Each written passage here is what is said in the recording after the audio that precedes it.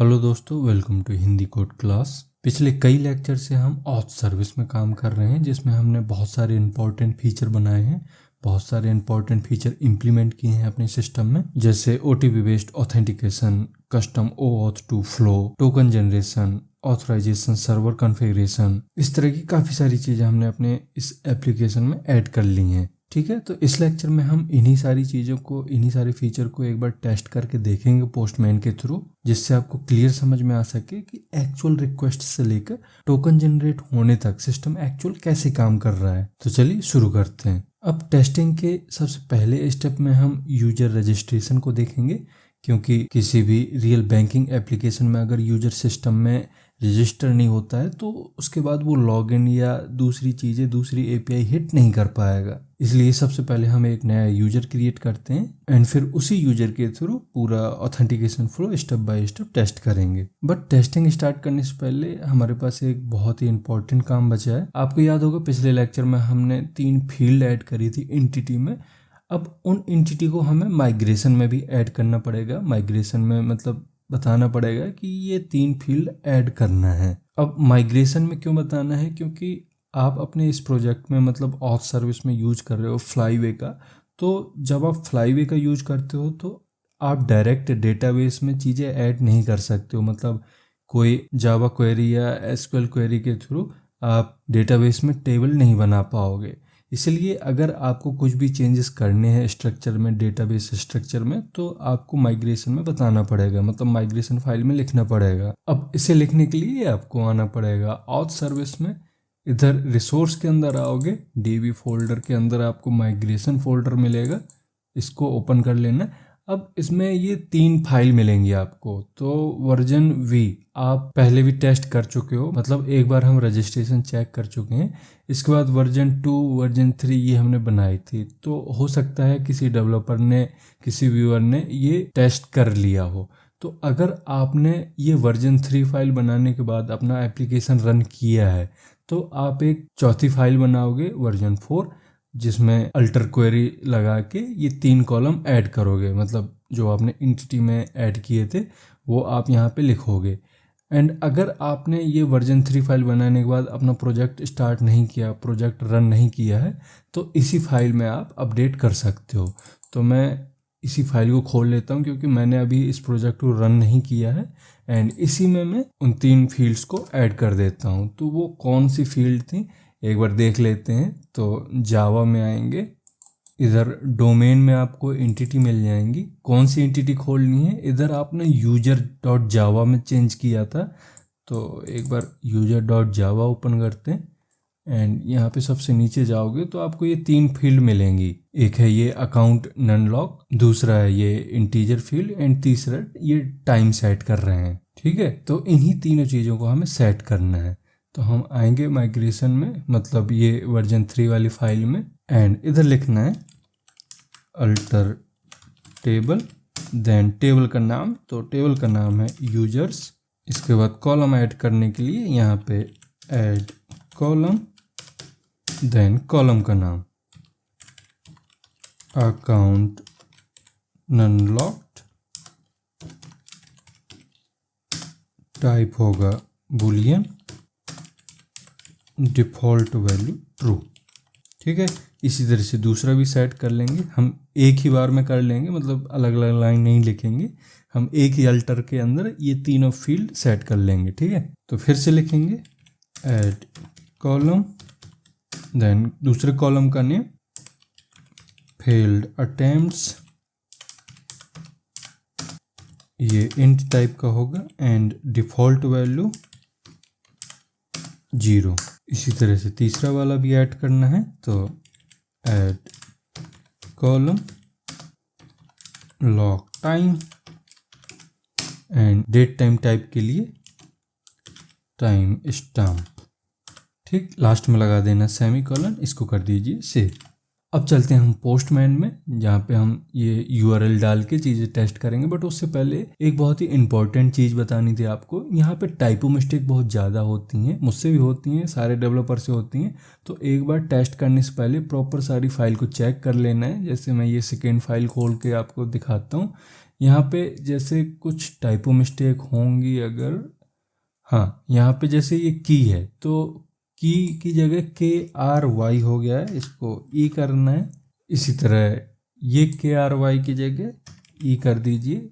दूसरी चीज़ यहाँ पे जो वैल्यू है, वैल्यू नहीं होता है, वैल्यूज़ होता है, एंड यहाँ पे भी वैल्यूज़ कर देंगे। तो इस तरह की अगर आपके कोडिंग में भी एरर हैं, टाइपो मिस्टेक हैं, तो इनको आप पहले सही कर लो, एक एक फाइल खोल के एक बार चेक कर लो। ठीक है, इसको कर लेंगे इससे।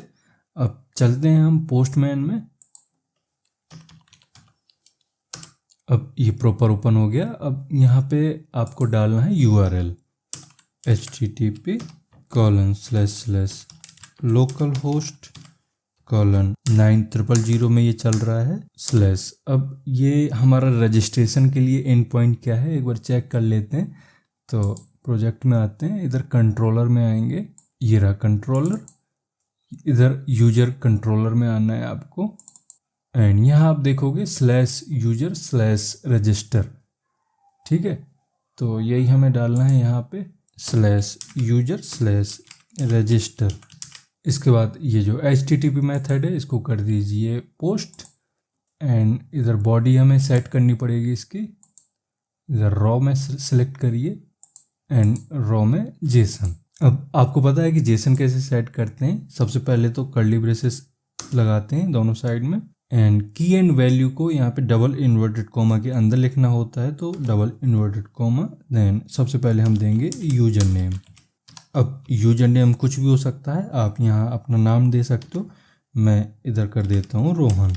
ठीक है, इसके बाद जैसे ही एक पेयर कंप्लीट होता है आपको कोमा देना होता है, देन दूसरे पेयर में हम पासवर्ड डालेंगे, एंड इसको सेट कर दीजिए 1 2 3 4 5 6। ठीक है, इसके बाद कॉमा, देन ब्रांच ID, इसमें कर देंगे B04।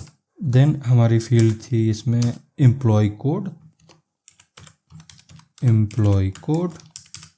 इसमें सेट कर देंगे EMP004। ठीक है, अब आपको phone number and email ID देनी होगी, बट यहाँ पे आपको ध्यान देना है कि जो भी आप email ID and phone number दोगे वो आपका ओरिजिनल होना चाहिए, क्योंकि अगर आप डमी डाल दोगे तो आपको पता ही नहीं चलेगा कि टेस्टिंग प्रॉपर हो रही है कि नहीं हो रही है, आपके पास OTP जनरेट होके आ रहा है या नहीं आ रहा है। तो आपका खुद का जो फ़ोन नंबर होगा वही ट्राई करिए जो अभी रनिंग पोजीशन में है। ठीक है, और दूसरी इंपॉर्टेंट चीज़ कि आप फ़ोन नंबर वही यहाँ पे लिखोगे, वही चूज़ करोगे जो आपने ट्विलियो में रजिस्टर कर रखा है। मतलब ट्विलियो में कॉलर ID सेट करनी पड़ती है, मतलब जब आप ट्रायल वर्जन यूज करते हो तो ट्विलियो को बताना पड़ता है कि आप किस नंबर पे SMS भेजोगे, मतलब किस नंबर पे आप अगर OTP चाहिए तो किस नंबर पे भेजोगे, तो ये चीज़ उसको पहले से बतानी होती है। एंड कैसे बताना है अगर आपने अभी तक सेट नहीं किया तो मैं अभी बताऊंगा, बट आपको वही नंबर यूज करना है यहाँ। ठीक है, तो पहले यहाँ फ़ोन नंबर सेट कर लेते हैं, इसमें मैं अपना नंबर डाल दूंगा, इसके बाद ईमेल ID, तो ईमेल, देन कॉलन के बाद इसका वैल्यू, तो मैं अपनी मेल ID भी डाल देता हूँ।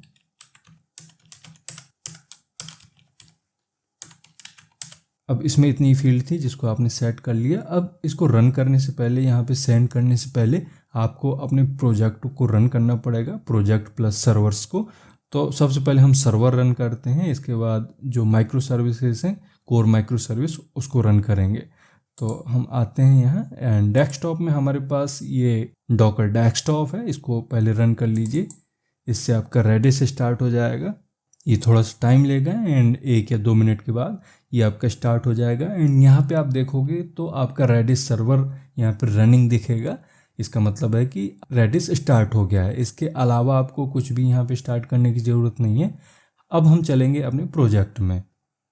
यहाँ आपके पास मल्टीपल माइक्रो सर्विस मिलेंगी, तो मैंने आपको बताया है, पहले भी बताया है कि क्या सीक्वेंस क्या होता है इसको स्टार्ट करने का, मतलब इन सर्विसेज को स्टार्ट करने का। तो मैंने आपको बोला था कि पहले जो सर्वर्स होते हैं उनको स्टार्ट किया जाता है, जैसे यूरेका सर्वर है या कॉन्फिग सर्वर है, इसके बाद कोर माइक्रो सर्विस स्टार्ट की जाती हैं, एंड लास्ट में API गेटवे को स्टार्ट किया जाता है। तो इसी तरह से हम करते हैं, एक एक करके इनको रन कर लेते हैं। यहाँ run as Spring Boot app.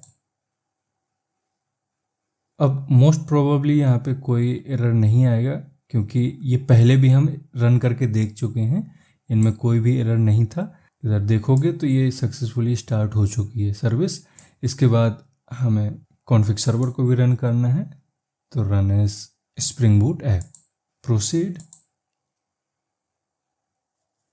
ये भी स्टार्ट हो गई है। अब हम अपना ये जो ऑथ सर्विस है इसको स्टार्ट करते हैं, क्योंकि ये पेरेंट को तो स्टार्ट करना नहीं होता, ये बस वर्जनिंग के लिए होता है। मतलब जो भी आप डिपेंडेंसी ऐड करते हो तो उनके जो कॉमन डिपेंडेंसी होती है, कॉमन चीज़ें होती हैं, जैसे वर्जन हो गया या मैनेजमेंट हो गया, वो सारी चीज़ें सेट होती हैं, इसको रन नहीं करना होता है।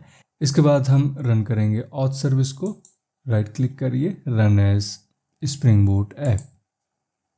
अब इस सर्विस में काफ़ी सारे आपने चेंजेस किए हैं, काफ़ी सारा नया कोड ऐड किया है, तो हो सकता है इसमें कुछ एक्सेप्शन आए, तो उन्हें यहाँ रिजॉल्व करना पड़ेगा, देखना पड़ेगा। एंड ज़्यादातर केसेस तब होता है, ज़्यादा एरर तब आने के चांस होते हैं जब कुछ टाइपो मिस्टेक होती हैं।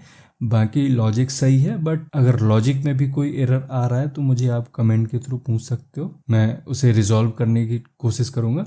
अब यहाँ देखोगे तो ये भी आपका स्टार्ट हो गया सक्सेसफुली। यहाँ लॉग चेक कर सकते हो आप। ये क्या हो रहा है, बार बार ये स्क्रीन चेंज हो रही है। ये यूरेका सर्वर के लॉग हैं, एंड जो अभी दिख रही थी वो ऑथ सर्विस के। तो इसको रोकने के लिए आपको यहाँ पे पहले अपना सर्विस सेलेक्ट कर लेना है। जैसे आप ऑथ सर्विस के देखना चाह रहे हो तो ऑथ सर्विस यहाँ से सेलेक्ट करिए। इसके बाद ये जो आइकन दिख रहे हैं आपको, इनमें से ये आइकन है आपका, इसमें आपको क्लिक करना है। अब इससे क्या होगा, जो भी आप मैनुअल स्क्रीन खोलोगे, मतलब जिस भी सर्विस को लॉक खोलोगे वही आपको दिखेंगे, बार बार चेंज नहीं होगा, ठीक है। अब इसमें आप चेक करोगे तो आप देखोगे आपकी सर्विस रन हो रही है, ठीक। अब नेक्स्ट स्टेप में क्या आता है, आपका एपीआई गेटवे। तो राइट क्लिक करके इसको भी रन कर लीजिए, प्रोसीड। अब यहाँ आपको एपीआई गेटवे के लॉग नहीं दिखेंगे क्योंकि आपने ये स्क्रीन लॉक कर दी है, ये लॉग लॉक कर दिए हैं, तो हमें यहाँ पे मैनुअल उसको देखना पड़ेगा। तो ये रही आपकी एपीआई गेटवे, एंड इधर से आप चेक कर पाओगे कि आपकी ये सर्विस रन हुई या नहीं हुई। तो ये आपकी स्टार्ट हो चुकी है, ठीक है। अब हम चलेंगे अपने पोस्टमैन में, जहाँ से हमें ये हिट करना है यूआरएल। तो सारी चीज़ें यहाँ पे हमने ऐड कर दी, इसको करिए हिट।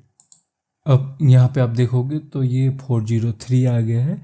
ये क्यों आया है, क्योंकि इधर यूजर की जगह सर कर दिया है, यूजर नहीं किया है, तो यहाँ यू भी ऐड करिए, ठीक है। आपको टाइपिंग मिस्टेक अवॉइड करनी पड़ेगी ज़्यादा से ज़्यादा, या फिर आपको चेक करना पड़ेगा कि आपका एरर क्यों आ रहा है, क्योंकि ज़्यादातर केस में टाइपिंग मिस्टेक की वजह से ही एरर आती हैं। अब करिए सेंड, और ये आ गया आपका 200 ओके। इधर आप रिस्पॉन्स चेक करोगे तो आपको नीचे ये पूरा जेसन आ जाएगा रिस्पॉन्स में। अब अगर आपके यहाँ पे 200 नहीं आ रहा है, 403 ही आ रहा है, तो एक काम कर लेना, आप एक बार अपने कोड में चेक कर लेना। इधर आएंगे एंड ऑथ सर्विस ओपन करोगे इधर, इसमें एक बार आप अपनी कॉन्फ़िगरेशन ओपन करना, ये रही कॉन्फ़िगरेशन। अब यहाँ पे दो कॉन्फ़िगरेशन फाइल हैं, एक है ऑथराइजेशन सर्वर कॉन्फ़िगरेशन और दूसरा है सिक्योरिटी बीन कॉन्फ़िगरेशन। एंड दोनों में आप ओपन करके देखोगे ना तो इधर सिक्योरिटी फ़िल्टर चैन मिलेगा। मतलब अगर आप इसे ओपन करते हो तो यहाँ आप चेक करोगे तो आपको सिक्योरिटी फ़िल्टर चैन मिलेगा। ये रहा सिक्योरिटी फ़िल्टर चैन बीन है। एंड अगर आप सिक्योरिटी बीन चेक करते हो तो इधर भी आपको ये सिक्योरिटी फ़िल्टर चैन मिल जाएगा देखने को। इधर नीचे आएंगे, ये रहा सिक्योरिटी फ़िल्टर चैन। तो जितने भी सिक्योरिटी फ़िल्टर चैन होते हैं उनका काम क्या होता है, वो एक लिस्ट होती है, फ़िल्टर की लिस्ट होती है, ठीक। अब जैसे ही आपका एप्लीकेशन एग्जीक्यूट होता है, मतलब कोई भी रिक्वेस्ट आती है, तो ये सारे फ़िल्टर एक के बाद एक चलते हैं एंड आपको बताना होता है कि किस रिक्वेस्ट में कौन सा फ़िल्टर चलेगा। तो ये वाला जो फ़िल्टर है ये डिफ़ॉल्ट फ़िल्टर है, मतलब मोस्टली रिक्वेस्ट में ये चलता है। एंड जब हम कोई OAuth 2 से रिलेटेड एंड पॉइंट फायर करेंगे तो ऑथराइजेशन सर्वर में जो फ़िल्टर है, सिक्योरिटी फ़िल्टर चैन है, वो वाला एग्जीक्यूट हो जाएगा। तो इधर आपको चेक करना है, मतलब सिक्योरिटी बीन कॉन्फ़िगरेशन में आपको चेक करना है कि आपका जो यूजर/रजिस्टर इन पॉइंट है, मतलब जो आप URL सेंड कर रहे हो पोस्टमैन में, वो सेम यूआरएल का जो लास्ट में यूजर स्लैश रजिस्टर लगाया है वो यहाँ पे आपने इनेबल कर रखा है या नहीं कर रखा है, उसको पब्लिक यूआरएल बना रखा है या नहीं बना रखा है। तो यहाँ पे मैंने ऑलरेडी बना रखा है user slash register and auth से रिलेटेड जितने भी एंड पॉइंट हैं उन्हें परमिशन दे रखी है, जिस वजह से ये पब्लिक यूआरएल बन गए हैं। तो इनको आप इजीली हिट कर सकते हो। अगर इस तरह से आप इनको अलाउ नहीं करते हो तो 403 आ सकता है, मतलब आपकी रिक्वेस्ट ब्लॉक हो सकती है। साथ ही जो CSRF यहाँ पे लगाना होता है, डिसेबल करना होता है, ये लाइन भी आपके होनी चाहिए। तो ये 2 चीज़ों का ध्यान रखना है आपको। अगर ये चीज़ें सही हैं तो आपका मोस्ट प्रोबेबली चल जाएगा। ठीक है, अब इसके बाद हमें लॉगिन API को हिट करना है। तो फिर से आएंगे पोस्टमैन में एंड इधर 9000 पे ही हमें हिट करना है। बट अब ये जो एंड पॉइंट है ये चेंज हो जाएगा, यूआरएल चेंज है उसका। इसके लिए डालिए auth/login एंड इधर बॉडी में आपको ये सारी चीज़ें नहीं भेजनी है, मतलब ये तो रिस्पॉन्स है। एक बार बॉडी चेक करते हैं, ये रही। तो ये सारी चीज़ें आपको नहीं देनी है इसमें जाएगा सिर्फ यूजर नेम एंड पासवर्ड। ठीक है, इसको यहाँ से हटाइए एंड इस कोमा को ये हटाइए, ये नहीं चाहिए। एंड इसको सेंड करने से पहले एक बार चेक कर लेते हैं कंट्रोलर में क्या क्या चीज़ें हमें देनी है। तो ये रहा है हमारा लॉगिन कंट्रोलर। इधर आप देखोगे तो यहाँ नीचे हमने लॉगिन API बनाई थी, ये रही। इसमें हमें यूजर नेम एंड पासवर्ड सिर्फ 2 ही चीज़ें देनी है। बट एक चीज़ का आपको ध्यान देना है, यहाँ आप देखोगे तो हमने ऐड रिक्वेस्ट परम का यूज किया है, रिक्वेस्ट बॉडी का यूज नहीं किया है। इसका मतलब कि ये जो यूजर नेम एंड पासवर्ड यहाँ पे आने वाले हैं ये बॉडी के थ्रू नहीं आएंगे, ये परम के थ्रू आएंगे। तो अगर आपने ऐड रिक्वेस्ट बॉडी का यूज किया है तो आप बॉडी में इनको लिखिए, मतलब पोस्टमैन में जब आप हिट करोगे तो बॉडी में यूजर नेम एंड पासवर्ड डालोगे। बट अगर आपने यहाँ पे ऐट रिक्वेस्ट परम यूज करा है तो आपको पैरामीटर में, मतलब यूआरएल के साथ ही इनको भेजना पड़ेगा। ठीक है, तो इसको पैरामीटर में लिखने के लिए, मतलब इधर यूआरएल में ही लिखना है। तो इधर लिखेंगे question mark user name equal to Rohan. इसके बाद दूसरा पासवर्ड सेट करना है, तो पहले एंड का साइन आता है, इसके बाद दूसरा पैरामीटर लिख सकते हो। इसका नाम है पासवर्ड इक्वल टू 1 2 3 4 5 6। ठीक है, अब एक चीज़ और आपने नोटिस की होगी यहाँ कंट्रोलर में, आपने यहाँ पे यूजर नेम एंड पासवर्ड तो दिया ही है, साथ में आपने इधर रिक्वेस्ट भी ले रखी है, मतलब HTTP request, HTTP servlet request, जिसमें इसकी सारी इन्फॉर्मेशन आ रही है। एंड इसमें आप एक हेडर भी हैंडल कर रहे थे जिसमें यूजर सिस्टम की डिवाइस ID आ रही थी, तो उसे भी सेट करना पड़ेगा, क्योंकि इधर देखोगे आप ये X डिवाइस ID इस तरह का एक हेडर आ रहा है। तो ये हेडर हमें भी सेट करना पड़ेगा। तो इसको यहाँ से कर लीजिए कॉपी एंड आएंगे इधर पोस्टमैन में। इधर हमें ये बॉडी तो चाहिए नहीं, तो ये हटा देते हैं यहाँ से, ये नहीं चाहिए हमें। साथ ही ये जो रॉ है, रॉ ना करके यहाँ पे कर दो नन। इसके बाद आएंगे हेडर में एंड यहाँ पे एक और हेडर ऐड करिए, यहाँ कर देंगे पेस्ट। ठीक, पेस्ट क्यों किया, इसको कॉपी पेस्ट क्यों कर रहे हैं, क्योंकि सेम हेडर होना चाहिए जो आपने उधर सेट किया है, मतलब यहाँ जिससे आप ये वैल्यू ले रहे हो, आपने कोड लगाया है कि जो ये नाम का हेडर आएगा उसका वैल्यू चाहिए। तो आपको इस हेडर का जो की है वो सही रखना है। एंड इधर हम डाल देंगे डिवाइस की ID। सपोज डिवाइस का ID आपने कर दिया 1 2 3। ठीक है, अब जैसे आप इसको हिट करोगे एंड सारी चीज़ें अगर सही रहीं तो जैसे आप सेंड करोगे तो आपको एक OTP मिलेगा। एंड उस OTP का एक लिमिटेड टाइम है, मतलब कुछ टाइम के बाद वो एक्सपायरी हो जाएगी। या तो हमने 2 मिनट सेट किया हुआ है या 15 मिनट, मुझे भी याद नहीं है, कोड में देख लेंगे। तो अगर ये सक्सेसफुली हिट हो जाता है तो आपका सबसे पहला जो काम है वो ये है कि OTP के थ्रू आप OTP वेरीफाई API है उसको हिट करिए। उसके बाद मैं सारी चीज़ें एक्सप्लेन करूँगा, क्योंकि अगर उसमें थोड़ा सा टाइम लग जाता है तो आपका ये OTP एक्सपायर हो जाता है, आपको फिर बार बार OTP भेजना पड़ता है एंड टेस्ट करना पड़ता है। तो एक बार हम इसको भेजते हैं, सेंड करके देखते हैं। ये 403 आ गया एंड 403 से तो कोई दिक्कत नहीं है, बट हमारे पास OTP नहीं आया है, ये ज़्यादा दिक्कत वाली बात है। तो इधर देखोगे आप, इधर हमने यूजर नेम एंड पासवर्ड ये सही लिखा है, बट आपने जो नाम दिया है ना, इसका यूजर नेम में N कैपिटल है, तो इधर N को कैपिटल करके देखिए। इसके बाद दोबारा से हिट करते हैं और ये आपका 403 आया है। ठीक है, कोई प्रॉब्लम नहीं है, इसको हम रिजॉल्व कर लेंगे। पहले आपको देखना है कि कोई टाइपो मिस्टेक तो नहीं है, इसके बाद चलना है आपको अपने प्रोजेक्ट में। एंड ये इधर आपको लॉग चेक कर लेने हैं। हम अभी एपीआई गेटवे में हैं, बट हमें चाहिए ऑथ सर्विस, तो ये रही ऑथ सर्विस। अब यहाँ पे हम लॉग चेक कर लेंगे, तो बोल रहा है जो आपने नंबर दिया है ट्विलियो को वो इनवैलिड है, मतलब वो रजिस्टर्ड नहीं है। तो हम एक काम करते हैं, अपने डेटाबेस में आते हैं एंड उधर नंबर अपडेट कर देते हैं, सही नंबर देते हैं उसको। इधर आप खोलोगे पीजी एडमिन, एंड जब तक ये ओपन हो रहा है तब तक हम एक काम करते हैं, पोस्टमैन में वेरीफाई ओटीपी के लिए भी यूआरएल सेट कर लेते हैं, क्योंकि उसमें फिर चीज़ें सेट करने में और हिट करने में टाइम लगता है। तो पहले से उसको रेडी रखते हैं, सिर्फ ओटीपी डालेंगे। तो एक न्यू टैब लीजिए यहाँ पे।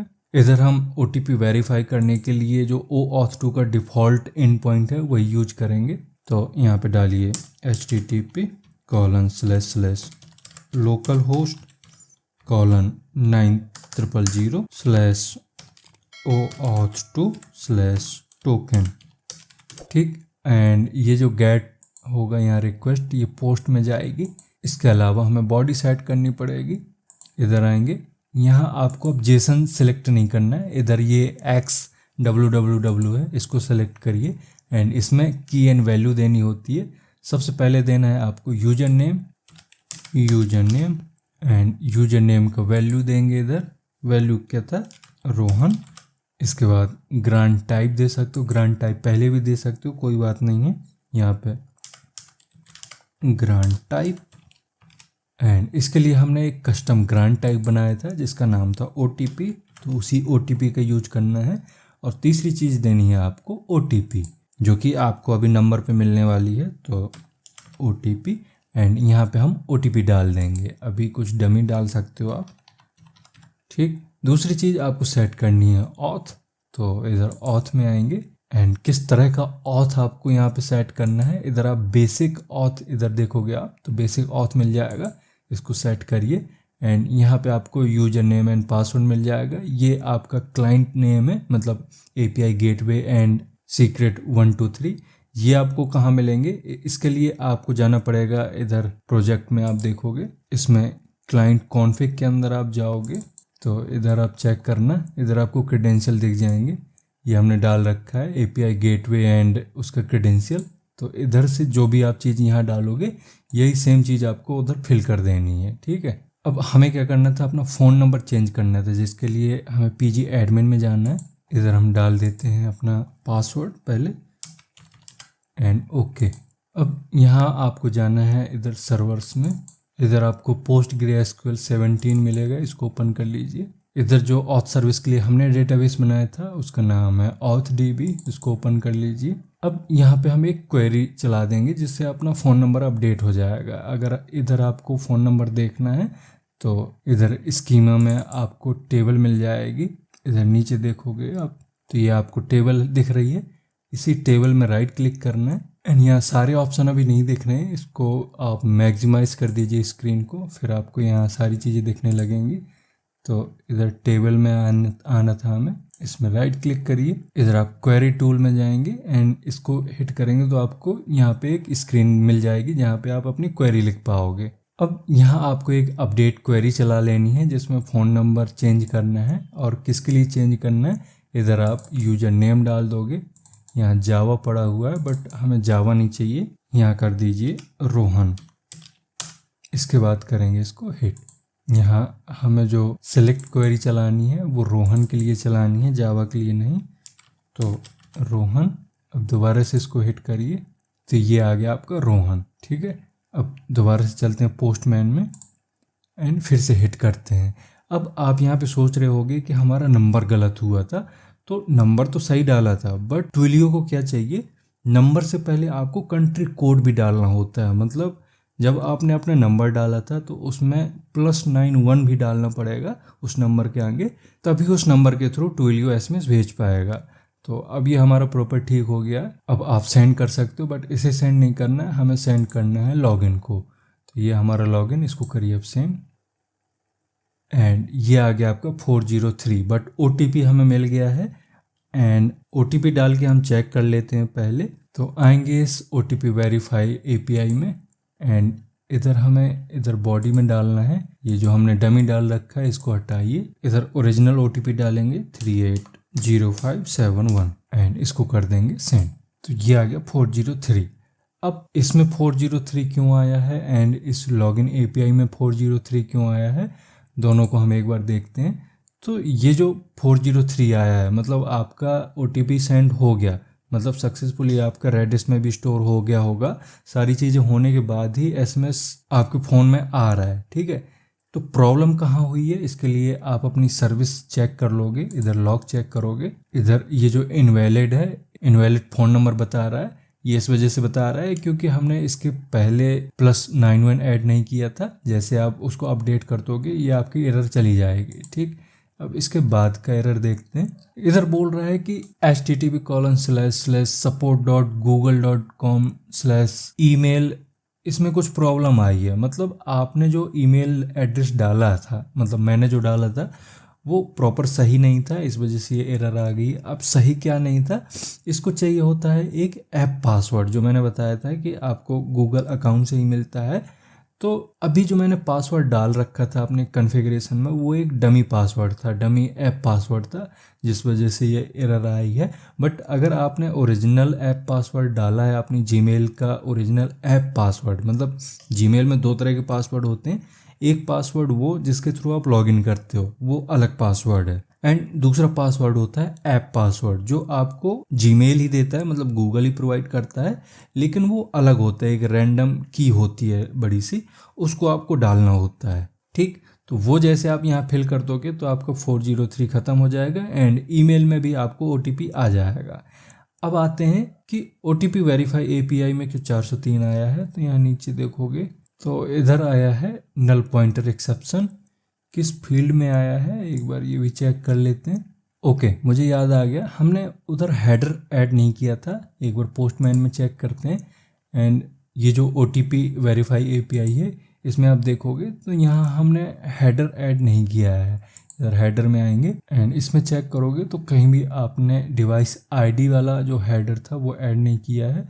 तो एक काम करते हैं, यहाँ पे डिवाइस ID भी डालते हैं एंड ये सेम डिवाइस ID होना चाहिए जो आपने यूज किया था, डिवाइस 1 2 3, ठीक। अब दोबारा से हिट करोगे तो ये एरर आ जाएगी, हमें एक नया OTP चाहिए होगा। तो हम फिर से इसको हिट करते हैं एंड हमारे पास फिर से एक OTP जाएगा, उसी का यूज करेंगे हम। ये नया OTP आ चुका है मेरे मोबाइल में। तो यहाँ आते हैं एंड इधर आएंगे बॉडी में एंड ये जो OTP है इसको कर देंगे चेंज, ये है 664701, इसको कर दीजिए सेंड। तो यहाँ देखोगे फिर से 403 आया है। अब इस बार क्या एरर आई है फिर से देखते हैं। यही होता है टेस्टिंग करने में, बार बार देखो, बार बार एरर देखो, बार बार रिजॉल्व करो। तो ये नल पुराना एक्सेप्शन था, इसके बाद ये हमारा ईमेल वाला एक्सेप्शन है, ये भी नहीं चाहिए, इससे मतलब हमारा काम रुक नहीं रहा है। अब ये हमारा क्लास कास्ट एक्सेप्शन है, मतलब यहाँ पे कोई क्लास है जो कास्ट नहीं हो रही है एंड यही एक्चुअल प्रॉब्लम है हमारे OTP वेरीफाई API में। यहाँ पे क्या हो रहा है, हम जो प्रोवाइडर यूज कर रहे हैं उसमें एक क्लास यूज कर रहे हैं, user name password authentication token, जो कि कन्वर्ट नहीं हो पा रहा है OAuth 2 के किसी क्लास से, ठीक है। यहाँ पे उनने दिया होगा कौन सी क्लास से कन्वर्ट नहीं हो रहा, ये है OAuth2.server.authorization एंड जो लास्ट क्लास है, क्लास का नाम ये रहा OAuth2 एक्सेस टोकन ऑथेंटिकेशन। तो इस क्लास में कन्वर्ट होना जरूरी है। तो अभी क्या प्रॉब्लम आ रही है, जो हमने यूज किया है user name password authentication token, वो एक नॉर्मल JWT टोकन जनरेट करने के लिए होता है, बट यहाँ पे हम यूज कर रहे हैं OAuth 2 विथ कस्टम फ्लो। तो यहाँ पे हमें मैनुअल बताना पड़ेगा कि उसे JWT टोकन कैसे जनरेट करना है, मतलब मैनुअल नहीं बताएंगे, करेगा तो OAuth 2 इंटरनली, बट हमें कॉन्फ़िगरेशन में बताना होगा कि कैसे करना है, क्या करना है, ठीक। अब इसके लिए हमें काफ़ी सारा कोड लिखना पड़ेगा, समझाना पड़ेगा मुझे, तो इसको हम नेक्स्ट लेक्चर में देखते हैं। अभी हमारा क्या है कि जो auth/token था, मतलब जो लॉगिन एपीआई थी, वो सक्सेसफुली हिट हो गई है। उसमें बस एक एरर आ रहा है ईमेल का, जैसे मैंने बता दिया कि उसको कैसे रिजॉल्व करना है आपको, बाकी चीज़ें सही हैं। अब इसे कैसे रिजॉल्व करना है इसको हम देखेंगे नेक्स्ट लेक्चर में। अब अगर इस लेक्चर से आपको चीज़ें समझ में आई हैं, कैसे एक्सेप्शन रिजॉल्व करनी है, कैसे टेस्ट करना है, क्या क्या एक्सेप्शन आ सकती हैं, उनको कैसे आप देखोगे, बहुत सारी चीज़ें आपको समझ में आई होंगी। तो अगर ये चीज़ें समझ में आई हैं तो इस लेक्चर को लाइक करिए, एंड अगर अभी तक चैनल को सब्सक्राइब नहीं किया तो चैनल को सब्सक्राइब भी कर लें। अब हम मिलते हैं नेक्स्ट लेक्चर में। Thank you.